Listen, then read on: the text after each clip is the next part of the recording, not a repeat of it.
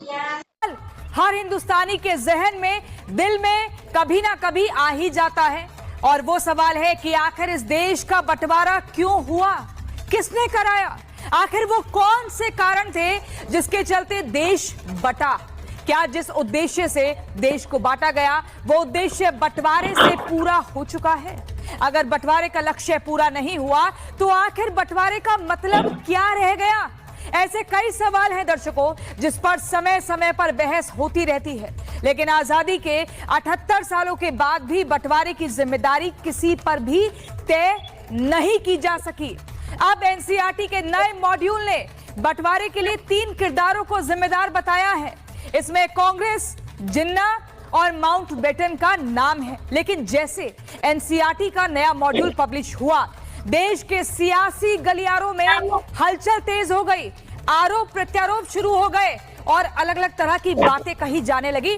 देश के बंटवारे को लेकर एनसीईआरटी के नए मॉड्यूल ने देश में एक नई बहस छेड़ दी है। दर्शकों, कांग्रेस और बीजेपी एनसीईआरटी के इस मॉड्यूल पर आमने सामने है, वर्सेस हो रहा है। देश का बंटवारा किसने कराया, ये बड़ा सवाल है। देश के बंटवारे पर एनसीईआरटी का नया मॉड्यूल, कांग्रेस को बंटवारे का जिम्मेदार बताया गया। एनसीईआरटी के बंटवारे वाले मॉड्यूल पर सियासत हो रही है। बीजेपी ने एनसीईआरटी के मॉड्यूल को सही बताया, अनफिल्टर्ड फैक्ट्स को लेकर बताया। बीजेपी बोली विभाजन का कटु सत्य, जी हां, कड़वा सच सामने आया। कांग्रेस ने एनसीईआरटी के मॉड्यूल पर सवाल उठाया, बीजेपी पर देश का इतिहास बदलने का आरोप लग रहा है। कांग्रेस क्या बोल रही है? कांग्रेस बोल रही है कि बीजेपी इतिहास बदल नहीं सकती। कांग्रेस का आरोप है कि आरएसएस ने 2 नेशन थ्योरी दी, आरएसएस और मुस्लिम लीग ने बंटवारा कराया, ये कांग्रेस बार बार दहाड़ते हुए कह रही है।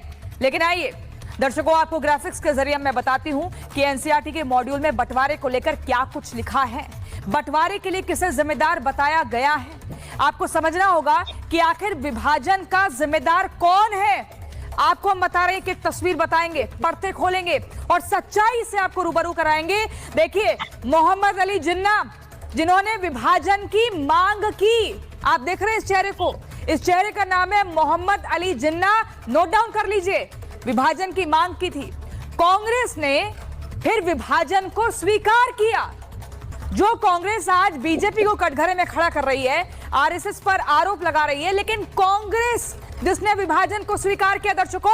और तीसरा चेहरा दिखाइए, ये त्रिकोणीय, आपको पता होना चाहिए कि माउंटबेटन औपचारिक रूप देकर कार्यान्वित करते हैं और इन्होंने एकदम मीडिएटर का पूरा जिम्मा संभाला और इन्होंने बिचौलिए का पूरा कार्यभार देखा। तो ये 3 चेहरे थे जो कि जिम्मेदार हैं इस देश को, भारत को, उसके बंटवारे के लिए। एक रिपोर्ट में आपको दिखाती हूं, फिर सवाल आपके सामने रखूंगी और चर्चा की शुरुआत हम करेंगे। पहले रिपोर्ट देखिए।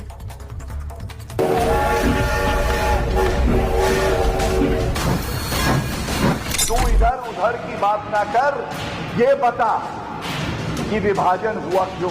विभाजन के लिए जिम्मेदार जिन्ना ने प्रपोज किया, कांग्रेस ने एक्सेप्ट किया और इस पर मुहर जो है माउंटबेटन ने लगाई। भारतीय जनता पार्टी का फर्जी इतिहास है। हमेशा हिस्ट्री बदलने की आदत तो शुरू से आरएसएस बीजेपी की रही है।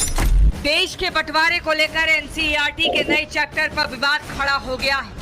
एनसीईआरटी के इस चैप्टर में कांग्रेस, जिन्ना और माउंटबेटन को बंटवारे का जिम्मेदार बताया गया, जिसे लेकर अब कांग्रेस और बीजेपी के बीच सियासी बयानबाजी तेज हो गई है। एनसीईआरटी के इस चैप्टर को बीजेपी जहां हकीकत बता रही है, तो वहीं कांग्रेस सहित विपक्षी दल बीजेपी पर देश का इतिहास बदलने का आरोप लगा रहे हैं। आज जो हमारी पीढ़ी है, जो भविष्य में पीढ़ी आएगी, उसको जानने का हक है कि विभाजन क्यों हुआ, ये किसकी नाकामी, किसकी गलती थी, और साथ में क्या किसी राजनीतिक पार्टी, कांग्रेस पार्टी और उसके जो नेता थे, उनकी महत्वाकांक्षा राष्ट्रहित के ऊपर हो गई थी। भारतीय जनता पार्टी का फर्जी इतिहास है। मैं तो आज आपके सामने पूरी एनसीईआरटी को चैलेंज करता हूं, आ जाएं, अकेले मुझसे ही वाद विवाद कर लें किस तरह क्यों पार्टीशन आया, तभी बता देंगे क्या पार्टीशन के कारण थे। भाई आप हाथ में आज एनसीईआरटी आ गई है, जो चाहे छाप दो, झूठ, फर्जी, फरेब, इतिहास का ह नहीं, ई नहीं पता इनको, हिस्ट्री का एच नहीं पता इनको, तो अपना बोलते रहें जो बोलना है, इसका कोई मतलब थोड़ी है। एनसीईआरटी के नए चैप्टर पर बीजेपी नेता शहजाद पूनावाला और कांग्रेस सांसद इमरान मसूद के बीच भी आरोप प्रत्यारोप चला। इस दौरान दोनों ही नेता एक दूसरे की पार्टी पर इतिहास बदलने का आरोप लगाते दिखे। जिन्ना ने प्रपोज किया, कांग्रेस ने एक्सेप्ट किया और इस पर मुहर जो है माउंटबेटन ने लगाई। ये तो फैक्चुअल है ना। उस समय पर सत्ता की शिखर पर कौन था जो इसको रोक सकता था पार्टीशन को? कांग्रेस पार्टी और मुस्लिम लीग। तो जाहिर सी बात है कि जो आखिरी में रोक सकता था और जिसने नहीं रोका। देखिए, इतिहास बदल नहीं सकते आप, इतिहास आप बदल नहीं सकते हो। विभाजन के लिए जिम्मेदार जिन्ना, जिम्मेदार मुस्लिम लीग, जिम्मेदार आरएसएस, जिम्मेदार माउंटबेटन, ये लोग जिम्मेदार थे। मुस्लिम लीग का मतलब जिन्ना ही है। देश के बंटवारे पर एनसीईआरटी के नए चैप्टर पर अखिलेश यादव और ओबीसी ने भी बीजेपी पर हमला बोला। इस दौरान दोनों नेताओं ने बीजेपी पर इतिहास से छेड़छाड़ का आरोप लगाया। ये इतिहास के जब पन्ने आप पलटोगे तो बहुत सारे इतिहास में ये भी बातें लिखी है कि किस किस ने माफी मांगी है, तो माफी मांगने वाली बात भी आएगी। ये तो हमेशा हिस्ट्री बदलने की आदत तो शुरू से आरएसएस बीजेपी की रही है ना। अरे हिस्ट्री बदल ज्यादा तो ये लोग करते आए हैं, जब कभी ये सत्ता में रहे हैं इनका एक ही काम रहा है। प्रधानमंत्री बताएं आरएसएस का प्रार्थना क्या है, उनकी शपथ क्या है, डालिए उसको एनसीईआरटी में, दिखाइए क्या क्या है चीजें। देश के बंटवारे के लिए कांग्रेस को जिम्मेदार ठहराने वाले एनसीईआरटी के चैप्टर पर इतिहासकारों ने भी अपनी प्रतिक्रिया दी। मुद्दा तो ये होना चाहिए था कि ये तथ्यात्मक गलती उसमें रह गई है। अभी तक किसी ने उसमें किसी तथ्यात्मक गलती की ओर इशारा नहीं किया है, तो निश्चित रूप से उसके तथ्य ठीक हैं। और हमारी नई पीढ़ी को जिन बातों पे पर्दा डाल दिया गया था, कुछ खास वैचारिकी के तहत, कुछ खास सोच के तहत, कुछ खास रणनीति के तहत, केवल उस पर्दे को हटाने का काम किया गया है ताकि पूरा सच हमारी नई पीढ़ी समझ सके। जब देश का बंटवारा हुआ तो जिन्ना, कांग्रेस और माउंटबेटन ही मुख्य भूमिका में रहे। अगर इस तथ्य को एनसीईआरटी ने अपने पाठ्यक्रम में जोड़ा है तो आखिर कांग्रेस को इससे दिक्कत क्या है? क्या कांग्रेस बंटवारे की सच्चाई स्वीकार नहीं करना चाहती है? जब कांग्रेस ने जिन्ना के साथ मिलकर बंटवारा किया तो किसी और पर इसकी जिम्मेदारी कैसे थोपी जा सकती है? महाभारत में आज इसी पर होगी बात। Bureau report, Republic Bharat. देखिए, सवाल बड़े हैं। क्या देश के बंटवारे के लिए कांग्रेस जिम्मेदार है? ये पहला सवाल। जिन्ना, कांग्रेस, माउंटबेटन का त्रिकोण बंटवारे के लिए जिम्मेदार है? क्या कांग्रेस अपनी जवाबदेही से बच सकती है? इन सवालों के जवाब हम खंगालने की कोशिश करेंगे। जल्दी से मैं आपको बता दूं हमारे साथ पैनल में कौन कौन है। रोहन गुप्ता है हमारे साथ, जो कि बीजेपी के प्रवक्ता हैं, स्वागत है। ओमजी उपाध्याय हमारे साथ हिस्टोरियन जुड़ गए हैं, बहुत स्वागत है। दूसरी तरफ से मोर्चा जो संभालेंगे वो कांग्रेस के नेता संदीप त्रिपाठी, प्रोफेसर अखिल स्वामी जो कि पॉलिटिकल एनालिस्ट है, और सैयद जब्बार, पॉलिटिकल एनालिस्ट। आप सभी का बहुत बहुत स्वागत है रिपब्लिक भारत के बड़े दमदार शो महाभारत में। सबसे पहले संदीप त्रिपाठी जी, मेरा सवाल आप ही से है, और ये सवाल मौजूदा सत्ता में बैठे तमाम नेता ये पूछ रहे हैं कि इधर उधर की बात ना कर, ये बता कि आखिर कांग्रेस जिम्मेदार थी देश के विभाजन में या नहीं? क्या देश के बंटवारे के लिए कांग्रेस जिम्मेदार है या नहीं? प्रियंका जी, सच्चाई यह है कि चोर की चोरी पकड़े जाने के बाद वो इधर उधर की बातें करता है, फिर कौन सी यहाँ चोरी? भागेगा, वहाँ अब वो चोरी की पकड़ी बात, वो चोरी पकड़ी गई तो ये नौटंकी दुनिया भर की इधर उधर की बात कर रहे हैं। सच्चाई ये है कि ये छुट्टे लोग हैं। अब आपने जो आपने बात, ये पहली बात। संदीप त्रिपाठी जी, आपकी ऑडियो में कुछ दिक्कत है? ऐसा तो नहीं कुछ झूठ बोल रहे हैं और वो अपने आप ही दब गया? चलिए, तकनीकी कुछ खामी आ रही, दोबारा ठीक करके बोलिए। ठीक है, आपके पास लौटेंगे हम। प्रोफेसर अखिल स्वामी जी आपके पास आते हैं। प्रोफेसर अखिल स्वामी जी, इतिहासकार भी कह रहे हैं कि तथ्यात्मक गलती नहीं हुई है, किसी ने इसको लेकर कोई ऐसी आवाज नहीं उठाई है, फिर आखिर क्यों इसको एक सियासी मुद्दा बनाकर जानबूझकर बीजेपी को कटघरे में खड़ा किया जा रहा है, आरएसएस पर उंगली उठाई जा रही है? देखिए प्रियंका जी, आपने कहा कि ये मुद्दा जो है बहुत ज्यादा, ये इको हो रही है, मेरे कान में इको हो रही है, ठीक करा दी। पीसीआर ठीक कराइए। आपने कहा कि ये मुद्दा बहुत। तो मैम, आपके हस्बैंड कब से इस मेडिसिन को ले रहे हैं? मैम मेरे हस्बैंड को 6 महीने हो गए इस मेडिसिन को लेते हुए। आज तो ये खुद को देखकर हैरान हो जाते हैं। पहले ये चुपचाप सो जाया करते थे, लेकिन अब बहुत एक्टिव हो गए हैं और बहुत ज्यादा चर्चा हो रही है। देखिए, आज की तारीख में केवल एक मुद्दा है जो महत्वपूर्ण है, पूरे हिंदुस्तान में और पूरे विश्व में चर्चा हो रही है। ये सरकार भारतीय जनता पार्टी की असंवैधानिक है, गैर कानूनी है और ये सरकार राष्ट्र के ऊपर एक बोझ है। कल सुबह राहुल गांधी, तेजस्वी यादव और दीपांकर भट्टाचार्य बिहार की धरती पर उतरेंगे और उसके बाद ये जो भगोड़े लोग हैं जिन्होंने हमारे वोट को लूटा है, वो लोग सरकार करेंगे, एक नई सरकार। प्रोफेसर अखिल स्वामी जी, अब ये मुद्दे, प्रोफेसर साहब, अब मैं मुद्दे पर, मुझे बताइए, क्या कांग्रेस ने देश को बांटा है? बीजेपी का आरोप है। नहीं, मैं मुद्दे पे आता हूँ। देखिए, देश को अगर मान लीजिए किसने बांटा, वो कांग्रेसी कहेंगे कि ये हिंदू महासभा ने और मुस्लिम लीग ने और Shyama Prasad Mukherjee deputy chief minister थे, ये सब कहेंगे। भारतीय जनता पार्टी कहेगी क्योंकि उस समय पंडित जवाहरलाल नेहरू बैठे थे, इसलिए वो दोषी हैं। मैं केवल ये कहूंगा, 3 महीने पहले ऑपरेशन सिंदूर में हमने 5 जेट पाकिस्तान के गिरा दिए थे। हमने उनके सारे एयरबेस खत्म कर दिए थे, हमने उनके न्यूक्लियर स्टेशन खत्म कर दिए थे, हमने उनके टेररिस्ट कैंप खत्म कर दिए थे। तो 3 दिन के बाद किस वजह से डोनाल्ड ट्रंप के कहने पर हमारे देश ने युद्ध विराम किया, जब हम पाकिस्तान को अपने देश के प्रोफेसर साहब, मुझे लग रहा है आप हमारा मुद्दा नहीं समझते हुए हैं। आज डोनाल्ड ट्रंप पर चर्चा नहीं कर रहे हैं, ना ही ऑपरेशन सिंदूर पर चर्चा कर रहे हैं। आज हम ये चर्चा कर रहे हैं कि देश को किसने बांटा। पाकिस्तान को ले लेते ना। अरे एक बात सुनिए प्रियंका जी, समय की कमी होती है प्रोफेसर साहब, पॉइंटेड जवाब देंगे तो ज्यादा बेहतर रहेगा। अरे हाँ, मैं पॉइंटेड ही जवाब दे रहा हूँ। आज के तारीख में हिंदू और सनातन धर्म कभी आप टाइम लीजिए, मैं आपके पास वापस लौटूंगी। थोड़ा समझिए मैं कहना क्या चाह रही हूँ। ठीक है, कांग्रेस की तरफ से हाथ उठाया जा रहा है, ऑडियो का ठीक हो चुका है। संदीप त्रिपाठी जी बताइए, क्या देश के बटवारे के लिए कांग्रेस जिम्मेदार है? मात्र 2 मिनट लूंगा और पूरी ऐतिहासिक लीजिए, आप 2.5 मिनट लीजिए, बोलिए। 1880 में पहली बार सर सैयद जी ने 2 राष्ट्र की बात की। उसके बाद ये फिर आता है 1923 में वीर सावरकर जी, वीर सावरकर नहीं, वीडी सावरकर जी ने 1923 में हिंदुत्व की किताब में इस तरीके का जिक्र करते हैं। फिर उसके बाद 1927 में अहमदनगर के एक भाषण में वो 2 नेशन की थ्योरी देते हुए कहते, क्या मैं कोट कर रहा हूँ, कोट एंड अनकोट, भारत में 2 प्रमुख राष्ट्र हैं, हिंदू और मुसलमान। हिंदू और मुस्लिम 2 राष्ट्र हैं। भारत में यह मिथक है कि भारत एक राष्ट्र है। ये किसका बयान है?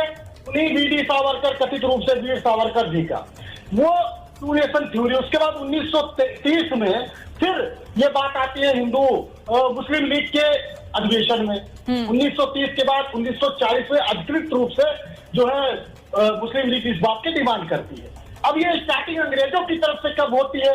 1909 में जब मिंटो सुधार के नाम पर मुस्लिमों के लिए देश में चुनाव की प्रक्रिया जब स्टार्ट हुई, तो अलग से सीट देने का जो प्रोविजन रखा गया, कहीं ना कहीं वो बीज डालने का काम किया अंग्रेजों ने।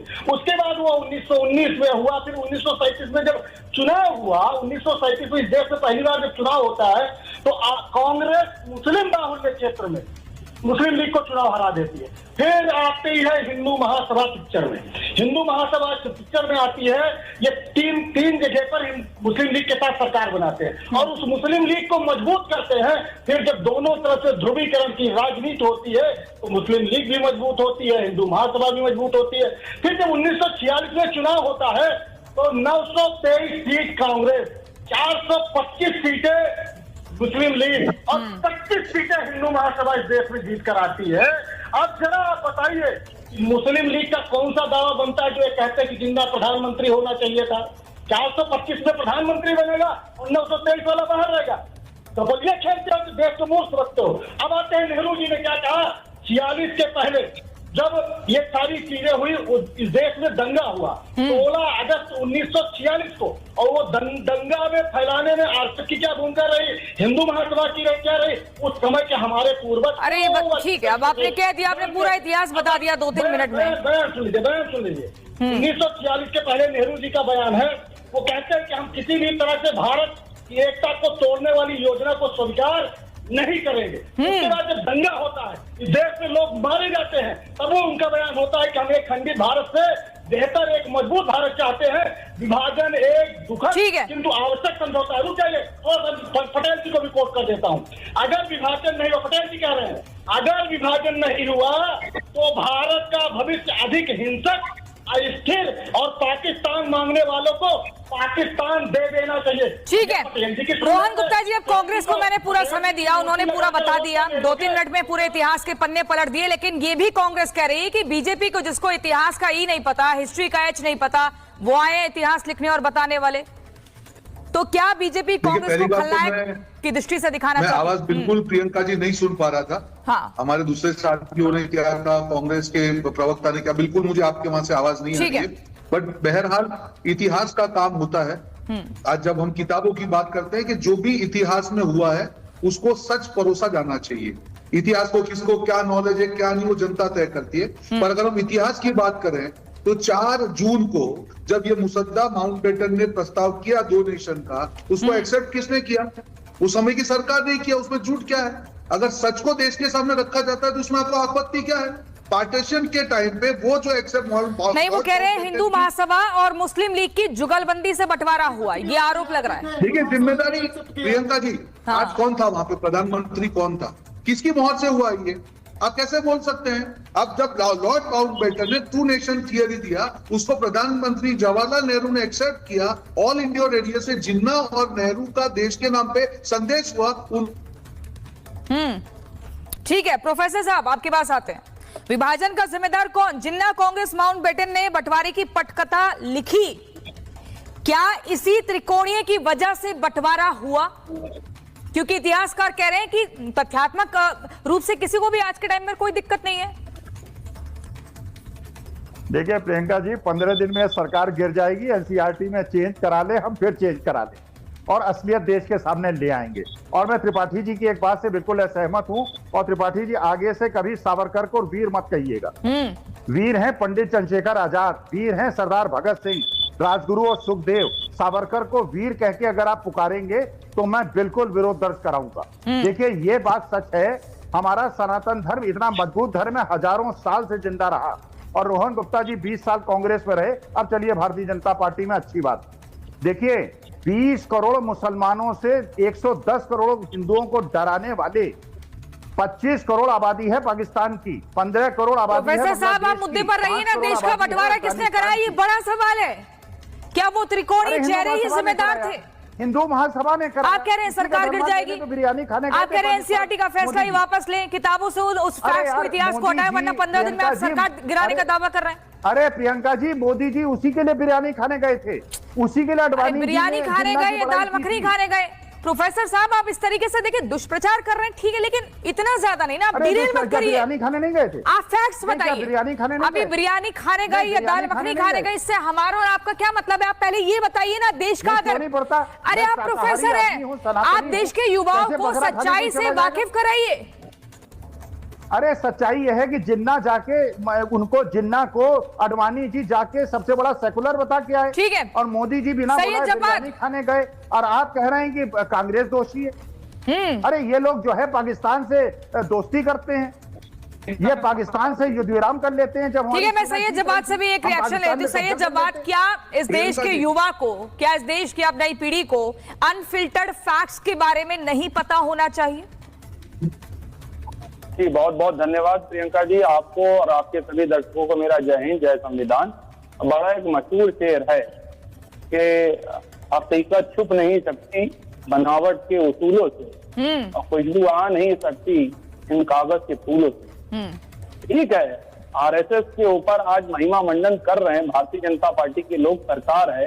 विभाजन के लिए आप कांग्रेस को जिम्मेदार बता रहे हैं, हम समझ रहे हैं, लेकिन एक मेरी एडवाइस थी कि आदरणीय प्रधानमंत्री जी को आरएसएस की यूनिफॉर्म पहन करके लाल किले पे जा करके स्पीच देना चाहिए। जब इतने ही आरएसएस करना था तो एक बार यूनिफॉर्म पहन करके चले जाते मुगलों के बनाए हुए लाल किले पर, और वहां से वो कहते कि आरएसएस जो है एक बहुत बड़ा संगठन है, बहुत बड़ा आरएसएस ने कारनामों का अंजाम दिए हैं, पूरे विश्व के अंदर है, नहीं गए। ये थोड़ा कुछ अलग होता है। इस बार जो आदरणीय प्रधानमंत्री जी ने स्पीच दी, कॉन्फिडेंस लेवल नहीं था चेहरे पर। बॉडी लैंग्वेज में सैयद जवाद ये बताइए ना, एनसीईआरटी के मॉड्यूल से दिक्कत क्यों है? अरे सुन तो लीजिए, एनसीईआरटी के अंदर जो लोग चेंजेस कर रहे हैं उनसे जाके पूछिए, ओम जी उपाध्याय जी बताएंगे अभी कि एनसीईआरटी के अंदर जो लोग बैठे हुए हैं उनको इतिहास की कितनी नॉलेज है, कौन लोग बैठे हुए हैं। इससे बेहतरीन तो इतिहास से वाकिफ कराइए ना दर्शकों को। सुनिए, दूसरी चीज कह रहा हूँ, कांग्रेस जिम्मेदार, जिना जिम्मेदार, लेकिन आप बताइए आरएसएस तो 1925 में बनी थी, जब देश का बंटवारा हो रहा था। अरे जब देश के बंटवारे का क्रेडिट लेना होता है तब एकदम कांग्रेस सीना चौड़ा कर लेती है कि अरे बीजेपी और आरएसएस वाले नहीं थे, हम ही थे। अरे इंटरेस्टिंग बात सुनिए बड़ी प्रियंका जी, ये लोग अपने आप को कहते हैं स्वयं सेवक, यानी स्वयं की सेवा करने वाले लोग, दूसरों की सेवा करने वाले लोग नहीं, स्वयं नहीं। वो कहते हैं व्यक्ति निर्माण से लेकर राष्ट्र निर्माण तक का उन्होंने काम किया है, गैर सरकारी संगठन। स्वयं के सेवक हैं, कैसे मलाई खाई जाएगी, कैसे पैसे लिए जाएंगे, स्वयं के सेवक हैं, दूसरों के सेवक नहीं है। देखिए आरएसएस का मुद्दा, अरे सुन तो लीजिए, बोलिए जल्दी करिए, 10 सेकंड में बात कंप्लीट। मैंने पूरी अपनी बात प्रियंका जी डिस्टर्ब कर, बोलिए टूट जाता मजा नहीं आएगा दर्शकों। देखिए कितनी शानदार बात, और दूर तक पहुंचना चाहिए, आरएसएस मुख्यालय तक और भारतीय जनता पार्टी के कार्यालय तक। अब आप सोचिए, ये जो स्वयं के सेवक हैं, जब देश का बंटवारा हो रहा था, ये तो बहुत पहले बने, इन्होंने कितने धरना प्रदर्शन करे कि देश का बंटवारा नहीं होना चाहिए, कितने लोकतांत्रिक तरीके से उन्होंने प्रदर्शन करे। एक नजर दिखाइए, सड़कें जाम करी होती हैं, अंग्रेजों के खिलाफ होते कि हमारे देश का बंटवारा नहीं होगा। जिना कौन होते, या नेहरू जी को चैलेंज कर देते लोकतांत्रिक तरीके से, जेल भरो आंदोलन कर देते। ये लोग ठीक है, रोहन गुप्ता जी ये कहा। देखिए प्रियंका जी, मुझे बिल्कुल ही आवाज नहीं आ रही है, कुछ टेक्निकल ग्लिच है, पर मेरे जो मुद्दे में कहना चाहूंगा कि देश के जो बच्चे हैं उनको इतिहास में जो भी हुआ उसका जजमेंट की जरूरत नहीं है, पर फैक्ट्स उनको जानना जरूरी है, ये अधिकार है। पिछले कई दिनों पहले हमने देखा होगा कि बुक्स में आया कि जो मुगलों का महिमा मंडन किया गया था, उसको करेक्ट किया गया कि भाई आज मुगल के पहले हमारा राजाओं का इतिहास था, उसको कहीं नहीं बताया गया। तो ये जो तुष्टीकरण की माइंडसेट के चलते इतिहास को तोड़ मरोड़ के जो प्रेजेंट करने की जो प्रक्रिया पूरे सालों में उसको करेक्ट किया जा रहा है, उसमें गलत क्या है? अगर एनसीईआरटी ने यह कहा कि इन तीनों के कारण ये बंटवारा हुआ, जिसमें नेहरू जी ने सम्मति दी, माउंटबेटन का प्रस्ताव था, जिन्ना जी और नेहरू जी ने ऑल इंडिया रेडियो पे 1947 4 जून को राष्ट्र के नाम संदेश में दोनों ने इसको स्वीकार किया, यही चीज तो प्रेजेंट की जाती है, उसमें आपत्ति क्या है? इसमें किसी का दोषारोपण की बात नहीं है। These are the facts to be presented to the people of the country, to the students। मुगलों के बारे में ये कहा गया कि वो उनका महिमा मंडन किया गया, उनको स्वतंत्र सेनानी बना गया, अगर उसको करेक्ट किया जाता है तो उसमें गलत क्या है? ओम जी उपाध्याय जी, मैं आपके पास आती हूँ, लेकिन पहले मैं संदीप त्रिपाठी से एक रिएक्शन लेना चाहती हूँ, फिर सैयद जवाद आपके पास भी आऊंगी, प्रोफेसर साहब भी यहाँ पर दिखाएं, लेकिन मुझे बताइए संदीप त्रिपाठी कांग्रेस के नेता में दिख रहे हैं, संदीप त्रिपाठी अगर फैक्ट्स दिखाए जा रहे हैं तो उससे दिक्कत क्या है कांग्रेस को? अगर ये बताया जा रहा है कि ऑल इंडिया रेडियो में अनाउंसमेंट किया गया था उस समय, ठीक है, अभी दोबारा जाएंगे उनके पास। ओम जी आप मुझे बताइए, ओम जी उपाध्याय, आपने बोला है कि तथ्यात्मक तौर पर कहीं पर भी कोई छेड़छाड़ नहीं की गई है, फैक्ट्स के साथ कोई बदलाव नहीं किया गया है, तो फिर इस मुद्दे को इतना सियासी अखाड़े में ले जाने की जरूरत क्या है? आप बताइए, जनता को सच्चाई से रूबरू करवाइए। प्रियंका, पहले तो आज एक बात बहुत चुभी है, प्रोफेसर साहब ने जो वीर सावरकर के लिए जो बात कही, लेकिन मैं चूंकि वो अप्रासंगिक हो जाएगा या थोड़ा सा हटके ट्रैक से हट जाएगा, इसलिए मैं आज उस पर बात नहीं करूंगा। लेकिन आपके माध्यम से चुनौती देके कहता हूं कि जिस दिन चाहिएगा वीर सावरकर के लिए तथ्यों, तर्कों, प्रमाणों के साथ मैं आपके सामने उपस्थित हो जाऊंगा और बातचीत कर लूंगा। एक बात।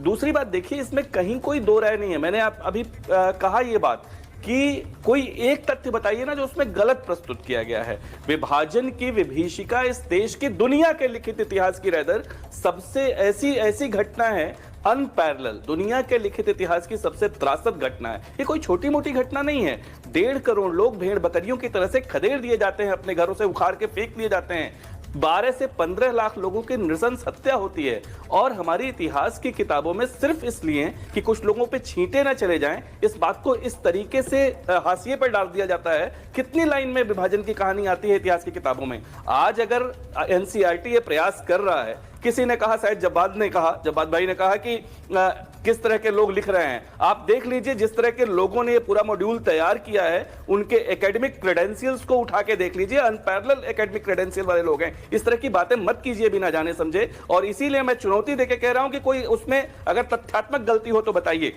एक बात अब सोचिए कि 1930 के बाद से जिस तरीके से, चाहे वो अल्लामा इकबाल साहब का भाषण हो जिसमें पहली बार उन्होंने मुसलमान भारत के अंदर एक अलग मुसलमान, वहां से बीच पड़ता है, चौधरी रहमत अली पर्चा लिख के आता है कि पाकिस्तान कैसे बनाया जाना चाहिए। 1940 में जिन्ना लाहौर प्रस्ताव लेके आते हैं, और उसके बाद जिस तरह से देश का माहौल बदल रहा है, 45-46 में मुस्लिम लीग चुनाव में जो उसकी स्थिति रहती है, जो पृथक निर्वाचन मंडल में, वो स्पष्ट है। और बाद में 16 अगस्त 1946 के बाद से डायरेक्ट एक्शन डे की घोषणा करके देश को जिस अराजकता में ढकेला जा रहा है। फिर आइए जब आता है माउंटबेटन, मैं तो बार बार कहता हूं कि हडसन को, जोहानसन कैंपबेल को, मोसली को आपको पढ़ना चाहिए, पेंडलर मून शायद एबलेस्ट ऑफिसर था ब्रिटिशर्स का जो भारत में आया, और उसने जो किताब लिखी उसमें स्पष्ट लिखता है कि किस तरह से नृशंस हत्याएं हो रही थी और किन लोगों की गलतियां थी। आप द ग्रेट डिवाइड देखिए जिसमें 133 मुलाकातें माउंटबेटन आने के बाद 22 मार्च 1947 को आते हैं, 29 मार्च 1947 से लेके 6 मई के बीच लगभग 5 हफ्ते में 133 मुलाकातें करते हैं। सिलसिलेवार ब्यौरा है उसका, कोई बात अधूरी रही नहीं जाएगी, किसी को ये शक नहीं रह जाएगा कि कौन लोग उसके गुनहगार थे। एक बात, 3 जून को, जैसा अभी किसी मित्र ने कहा कि 3 जून को माउंटबेटन विभाजन की घोषणा करता है, 4 जून को कॉन्स्टिट्यूशन क्लब में एक प्रेस मीट होती है, प्रेस कॉन्फ्रेंस होती है। उस प्रेस कॉन्फ्रेंस में कई सारे जर्नलिस्ट उनसे सवाल पूछते हैं कि जनसंख्या का स्थानांतरण आप कैसे करेंगे, क्या योजना है आपकी। वो तो जल्दबाजी में था, लेकिन हमारे नेताओं को क्या जल्दबाजी थी और उनकी क्या ऐसी मंशा थी, और कांग्रेस क्यों आती है भाई? कांग्रेस ही उस समय निर्णय बदल सकती थी, निर्णय को प्रभावित कर सकती थी। एआईसीसी की मीटिंग होती है कांग्रेस की 14, 15, 16 जून। बस एक लाइन सुन लीजिए कि क्यों कांग्रेस जिम्मेवार है। कांग्रेस की बैठक होती है 14 जून को। उस 14 जून की बैठक में 400 में से 200 सदस्य केवल आते हैं, 200 में से 158 वोटिंग करते हैं, और 158 में से 129 आउट ऑफ 158 वो पक्ष में मतदान करते हैं, विभाजन के पक्ष में मतदान करते हैं। विभाजन की माउंटबेटन की जो 3 जून की योजना थी, 14 जून को उस पर अपनी स्टैंप लगाते हैं कि नहीं, विभाजन में कोई समस्या नहीं है। और फिर मैं कह रहा हूं आपके माध्यम से दर्शकों तक की आवाज पहुंचे कि कोई छोटी मोटी घटना नहीं है, दुनिया के लिखित इतिहास की सबसे ट्रेजिक घटना है, सबसे बड़ी और सबसे ट्रेजिक घटना है, जिसके बारे में सबको